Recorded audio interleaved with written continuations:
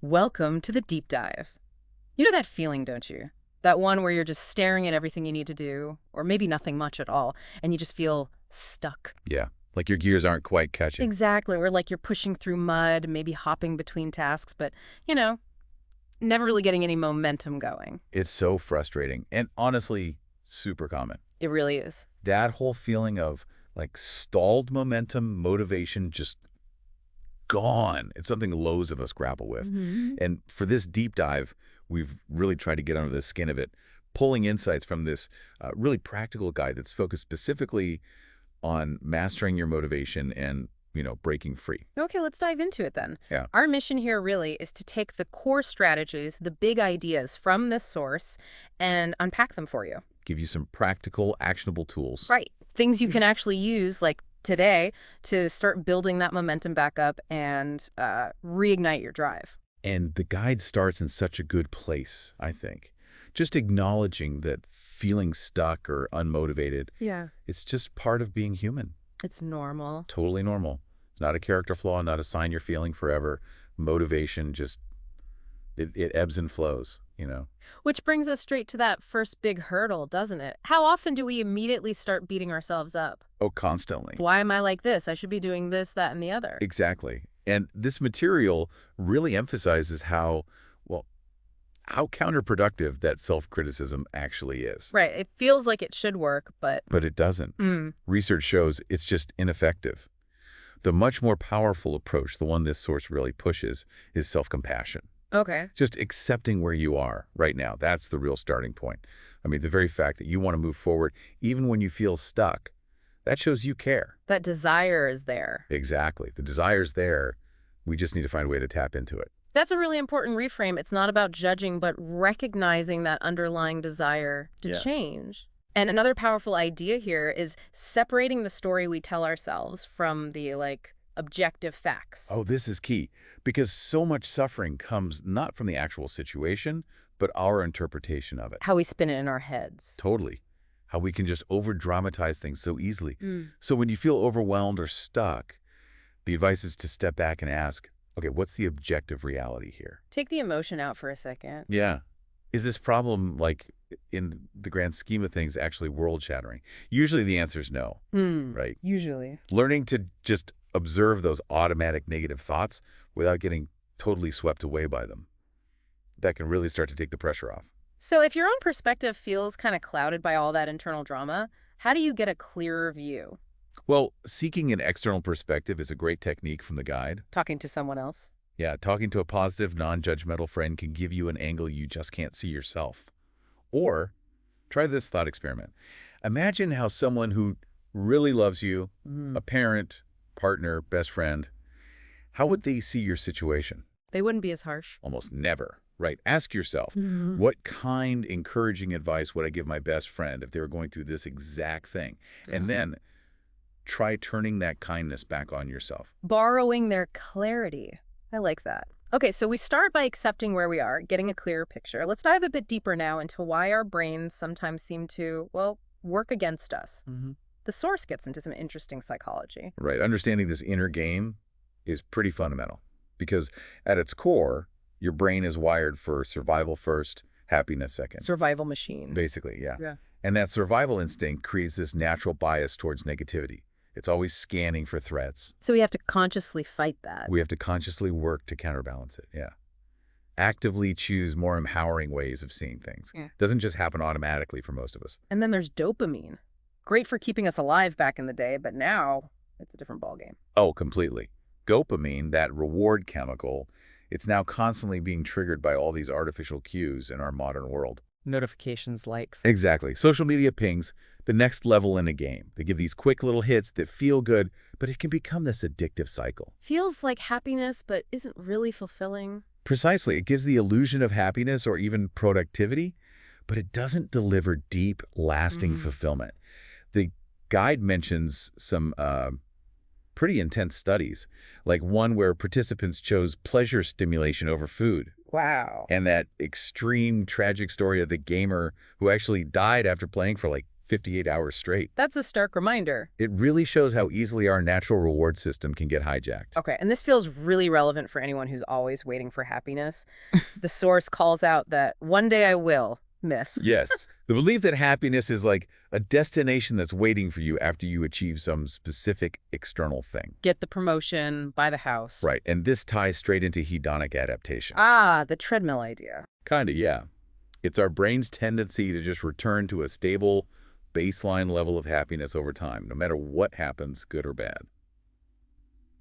The guide mentions that famous 1978 study. The lottery winners and accident victims. That's the one, comparing recent lottery winners with people who become paraplegic. And the striking thing was, after about a year, both groups had pretty much gone back to their pre-event happiness levels. That's incredible. So winning the lottery doesn't actually make you massively happier long term. Not in the way we usually imagine. No. And this point is backed up by research from Sanja Ljubomirsky. She suggests only about 10% of our long-term happiness is actually tied to external circumstances. Job, money, marriage status, whatever. Only 10%. Yeah. About 50% seems to be genetics, but a huge 40% is down to internal factors. Like attitude. Attitude, actions, mindset, our internal state.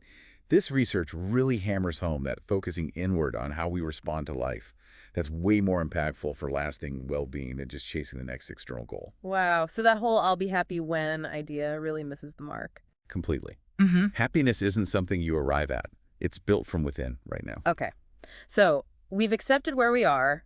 We understand some of the psychology. How does the source suggest we actually start doing things, building practical momentum? Right. It shifts straight into action, starting with a really comprehensive approach to decluttering your world. And not just your desk, right? Definitely not just your desk. It's decluttering your mind, your worries, your tasks, your schedule, and your environment. All of it. Okay, where do we begin? Start with the mind. Reconnecting with the present moment. The guide argues that feeling stuck often comes from dwelling on the past, which you can't change, or worrying about the future, which hasn't happened yet. Both out of your control right now. Exactly. Your past is just a memory you conjure up now. Your future is just a mental construction. The only place you have actual power is right here, right now, present action. Worrying just burns energy. Totally. A simple exercise they suggest is just pausing and focusing on your senses. What do you see, hear, feel, smell? It pulls you back to this moment. Grounding yourself. Yeah, and this moment holds, as the guide puts it, an infinity of possibilities. Small, consistent habits. Started today, build over time. That's how big changes happen. It's about trusting your future you by doing what you can today. Giving your future self a better starting point. I like that frame. What about decluttering worries specifically? They take up so much headspace. Oh, they do. The strategy here is simple, but really effective. Categorize them. 3 buckets. Okay. Things you have complete control over, things you have some control over, and things you have absolutely no control over. Right. For stuff you control, take direct action. Simple. For things you have some control over, focus your energy on what you can do to influence the outcome. You might not guarantee it, but you can nudge it. Okay. Makes sense. And the last bucket. The things you have zero control over: the past, global events, other people's choices. The only rational approach is acceptance. Let it go.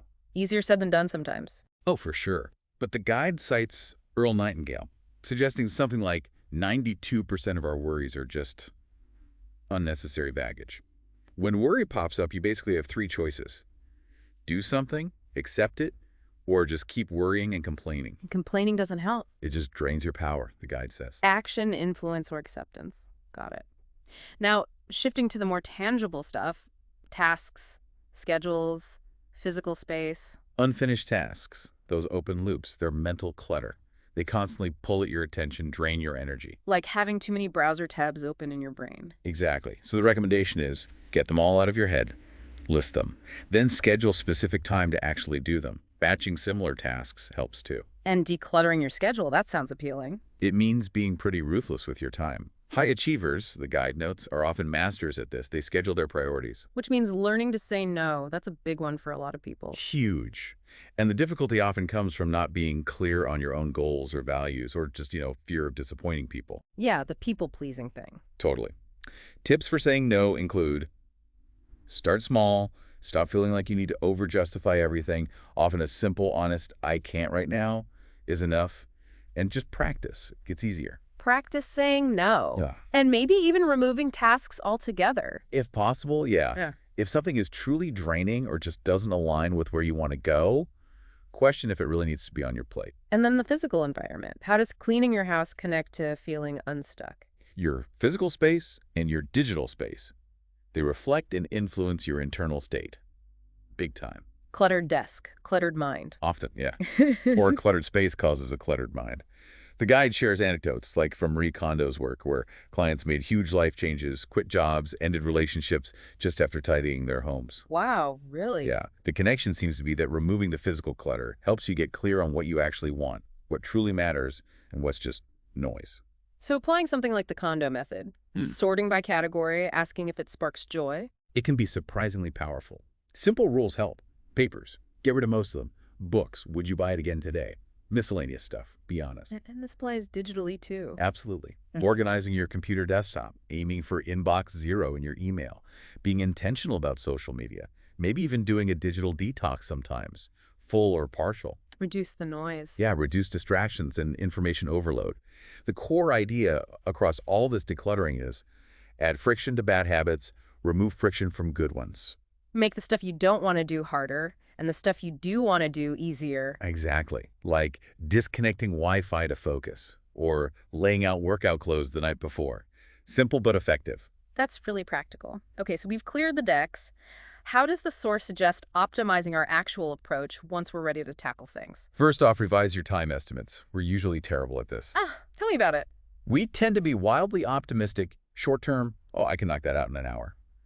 And then underestimate what's possible long-term with consistent effort. So what's the fix? The guide offers a simple, maybe slightly humbling rule of thumb. Whatever time you estimate for a task, double it. Double it, I know.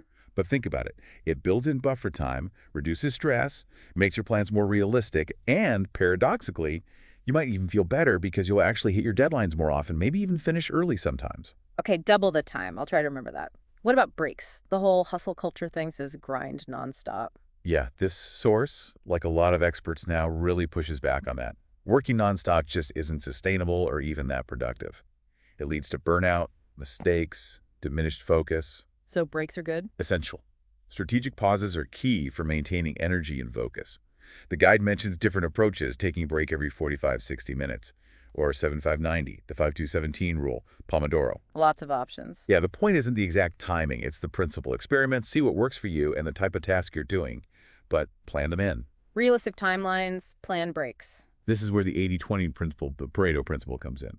Super valuable. The idea that 20% of your effort gives 80% of the results. Exactly. The guide urges you to apply this ruthlessly. Mm-hmm. In your work, your health, relationships, finances, what are the vital few activities, the 20%, that generate the biggest impact? And focus on those first? Absolutely.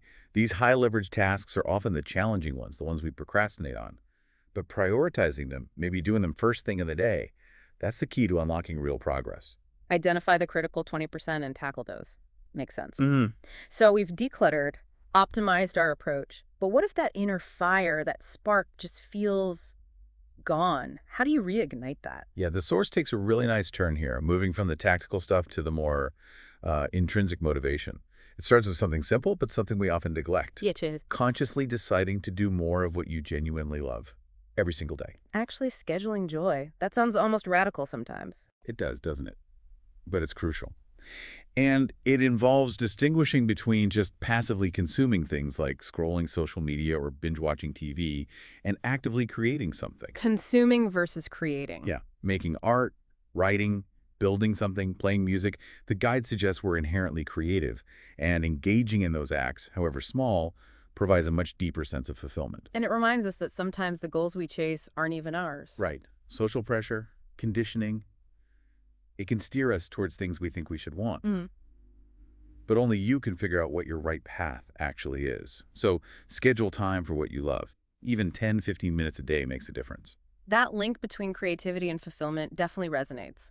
How does the source help us figure out what truly motivates us personally? It really emphasizes aligning your goals not just with external achievements, but with your core values, your natural personality traits, your personal vision. So it feels authentic. Exactly. Chasing goals that aren't really yours, or constantly idealizing some future happiness state, That's often a recipe for disappointment. Enjoying the process, the journey itself, is so important. So understanding things like whether you're more introvert or extrovert helps here. Definitely. Yeah. Knowing if you recharge best alone or through social interaction helps you design your life in a way that supports your energy, not drains it. The guide also mentions distinctions like maestro versus tribal. Maestro, like a master. Yeah, someone driven by deep mastery in one specific area. Their identity is tied to their expertise. Tribal individuals, on the other hand, thrive more in teams, organizations, environments with more variety. Interesting. So knowing which you lean towards helps choose the right environment. It can help you shape your ideal work or life setup. Yeah. Find projects where you'll feel naturally energized. There's a great example in the source about someone finally sticking to a diet goal by framing it as a challenge, tracking progress meticulously, which tapped right into her maestro drive for mastery. It wasn't about the diet itself, but about how she approached it. So self-awareness isn't just navel-gazing, it's a practical tool for motivation. Absolutely. It helps you choose goals and methods that actually fuel you. Okay. And building on that, the source really stresses the power of crafting a compelling personal vision Wow. and strengthening your why. Your reason for doing it all. Exactly. A clear vision gives meaning, direction. It should ideally weave together your talents, values, personality, skills, passions, experiences, all of it. And once you have that vision, connect deeply with the emotional reasons why achieving your goals matters so much to you. Really feel the why. Yeah. The guide suggests listing tons of reasons, like 20, maybe even 100, why your goal must happen. This strong emotional anchor is what keeps you going when things get tough. It's the fuel for perseverance. Connecting the goal to that deep personal why, that makes it so much more than just a task on a list. Okay, we understand the inner drivers now. How do we actually take the leap and then keep the momentum going, jumping and sustaining? Right. First step, challenge the limits you've put on yourself. The self-imposed ones. Exactly. The guide says something powerful. Impossible is an opinion, not a fact. We hold ourselves back with beliefs that often just aren't true. There's so much potential we don't tap into. Like that Wayne Dyer quote, "Don't die with the music still in you." Precisely. Don't let your unique gifts go unexpressed. Doing something you think is impossible for you, public speaking, making a cold call, whatever it is that stretches your comfort zone, expands your reality. How do you do that, though? Just jump. Tips include finding a supportive group. Or maybe simplest of all, just commit to doing the scary thing once, just one time. One time to break the impossible barrier. Okay, that feels doable. What about the people around us? Finding your tribe. Huge influence. The guide echoes that idea, often attributed to Jim Rohn, that you become the average of the 5 people you spend the most time with. Who you hang out with matters. Massively. They shape your habits, beliefs, expectations. So instead of just waiting for the right people, the advice is to actively seek out or even work to attract people who share your values and vision. Be proactive about your social circle. Yeah. And sometimes that means making a jump, leaving an environment that might be comfortable, but ultimately doesn't align with who you want to be. Growth often requires stepping into a new space. A bold step, but maybe necessary. The guide also talks about the power of completion. Yes. The simple but profound habit of actually finishing what you start. Not leaving things half done. Right. Constantly leaving tasks unfinished builds a habit of quitting, completing things, even small things, 100%. That reinforces the habit of finishing. It builds self-trust. Which leads us neatly into one of the biggest momentum killers, shiny object syndrome. Oh, this is a huge reason people get stuck or fail. Constantly jumping from one exciting new idea or project to the next. Without sticking with anything long enough to see results. Exactly. The guide points to a few reasons behind this. Maybe an ineffective strategy, not focusing on that vital 20%, lacking a clear plan. Maybe impatience, wanting results now in a world that rewards persistence, thinking long-term is crucial. Maybe inconsistency, not putting in the daily work that compounds, think Michael Phelps' training. Or fear. Yeah, fear can be a big one. Using the busyness of jumping around to avoid the hard work of focusing on what really matters. Remember, action cures fear. Action cures fear. I like that. And finally, just a lack of real commitment, not being fully bought in. So how do you fight shiny object syndrome? Strategies include committing to a proven plan or blueprint, consciously cultivating patience, maybe using mantras like be patient, it's okay, you have time, prioritizing daily consistency above all else, facing those fears with action, making clear commitments, and importantly, managing information overload, that digital hygiene piece again. Avoiding the constant temptation of the next big thing. Yep. And speaking of commitment, Honoring your promises comes up too. Yes, promises to others, and maybe even more critically, promises to yourself. Breaking promises to yourself erodes self-trust. Absolutely. It diminishes the power of your word, even in your own mind. Yeah. So the recommendation is clear. Only say yes when you truly intend and are able to deliver, and then follow through consistently, Even on small things. especially on small things. Punctuality is mentioned as a simple sign of respect. Building that track record of reliability, starting with yourself, boosts your self-esteem and your belief that you can achieve bigger things. Okay, and the last action step here sounds a bit weird. Procrastinating smartly. It does sound counterintuitive, but the concept, drawing on Brian Tracy's Eat That Frog idea, is really about prioritization. Ideally, you tackle your most important, probably hardest, task first thing. Eat that frog. Huge momentum builder. But what if you just can't face the frog? Right. If motivation is totally rock bottom, you feel paralyzed. Yeah. That's where the smart procrastination comes in. Do something, anything. Just get moving. Yeah. Focus on a tiny, manageable task, something that builds a little momentum. Yeah. Or even something enjoyable related to the goal. The point is, any action is better than none. Motion creates momentum. Don't just stare at the mountain. Take one small step. That's a really practical fallback for those really low moments. Just Yeah. get some kind of motion going. Wow, so many actionable steps. It's a lot. And to make sure it all sticks, that it's not just a temporary boost, the guide finishes by focusing on the habits of mind and heart that sustain this long term. Keeping the engine running. Exactly. A vital one is consciously acknowledging your accomplishments. We're so wired to focus on what's left, what went wrong. The never enough feeling. Right. You need to actively pause, notice, and celebrate what you've done, no matter how small it seems. This builds positive reinforcement, builds self-esteem. Like that practice of setting and completing just 3 attainable tasks each day. Exactly that. Finishing those 3 things. Taking a moment to acknowledge, hey, I did that. It builds this powerful pattern of small wins. There's that quote from Louise Hay. What's that? Something like, you have been criticizing yourself for years and it hasn't worked. Try approving of yourself and see what happens. That's profound. Approval as a stronger motivator than criticism. And being proud of yourself ties into that. It does, and the guide makes a crucial distinction here. Be proud of and reward the actions you take, especially the difficult ones, not just the results. Why that distinction? Because results are often outside your direct control. The action, making the call, doing the workout, writing the pages, that's what you can control. That's the behavior you want to reinforce. So celebrate making the sales call, not just making the sale. Exactly. Celebrate sticking to the plan, not just hitting the weight goal. Challenging yourself, taking that step forward. That's the win, regardless of the immediate outcome. Reward the effort, the consistent behavior. Got it. And how does external accountability fit into sustaining all this? Accountability is just crucial for staying consistent, even for really disciplined people. We're often more likely to follow through if someone else is expecting it, or if there's a system in place. Like having a boss at work. Right. Yeah. A job has built-in accountability. Mm. The guide argues that if you want to direct your own life, achieve your goals, you need to build your own accountability system.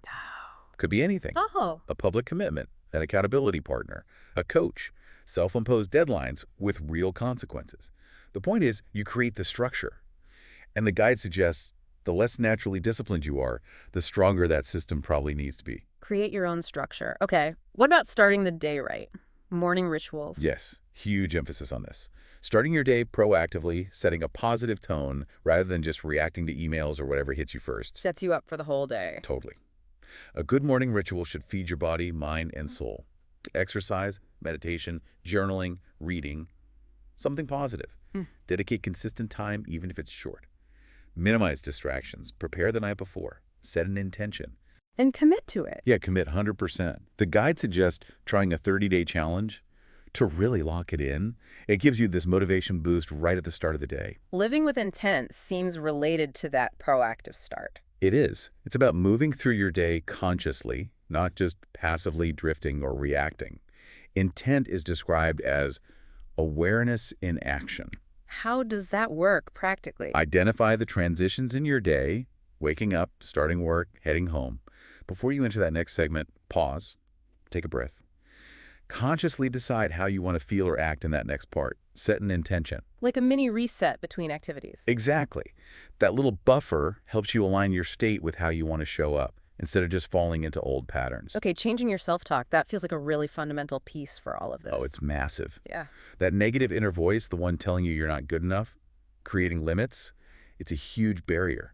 The guide strongly pushes back on the myth that you need harsh self-criticism to be motivated. Be your own coach, not your own critic. That's exactly it. Become aware of the negative self-talk, maybe using that rubber band snap trick as a physical reminder and actively replace it. Ask empowering questions. Instead of, I can't, ask, how can I?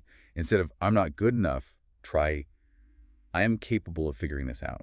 Building that positive internal dialogue.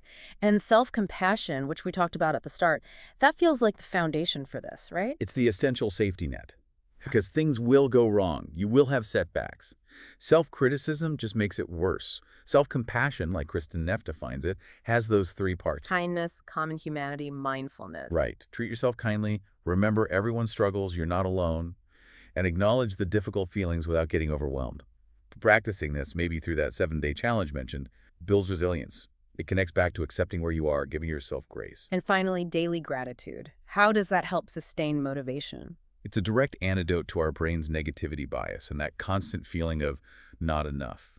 Gratitude shifts your focus. To what you do have. Exactly. Consciously appreciating what you already have, big or small. Basic comforts, relationships, freedom. The guide suggests different practices. Genuinely thanking specific people, appreciating everyday objects and the effort behind them, keeping a gratitude journal, writing thank you notes, using gratitude meditations. It changes your perspective from lack to abundance. Precisely. Yep. It grounds you in the good that's already present. Okay, that's a lot we've covered. It is. So just to recap the journey based on this guide, we started by seeing that feeling stuck is normal and self-compassion is step one. We looked at the psychology, the negativity bias, dopamine, hedonic adaptation, the power of our internal state. Then we hit the practical stuff, decluttering everything, mind, worries, tasks, environment, optimizing our approach, time estimates, breaks, focusing on the vital 20%, then reigniting the spark, doing what you love, aligning with your values and personality, strengthening your why, and then the action phase, challenging limits, finding your tribe, finishing things, beating shiny object syndrome, honoring promises, smart procrastination, and finally, sustaining it all with those habits, acknowledging wins, rewarding actions, accountability, morning rituals, intent, positive self-talk, self-compassion, and gratitude. Whew. That's a really comprehensive roadmap, moving from understanding the problem to mindset shifts to practical action, and then building those sustainable habits. And the core message running through it all, the one this guide makes so clear, is that motivation might come and go, but you're never truly powerless, are you? Never truly stuck. You have the tools, the steps we've just walked through. Action dissolves fear. Motion creates momentum. You really do have the capacity to change things and move forward. Absolutely. That feels like a really empowering place to land. Thanks for joining us for this deep dive. My pleasure. And as you think about all this, remember that idea. Impossible is just an opinion. It's not a fact. Yeah. So if you accept that you have this enormous potential, maybe potential you haven't even fully tapped into yet, here's a thought. What single impossible action could you commit to taking this week? Just one thing, just to see what happens, just to discover a little more about what you're truly capable of. A challenge definitely worth considering. Put these insights into practice. Until next time.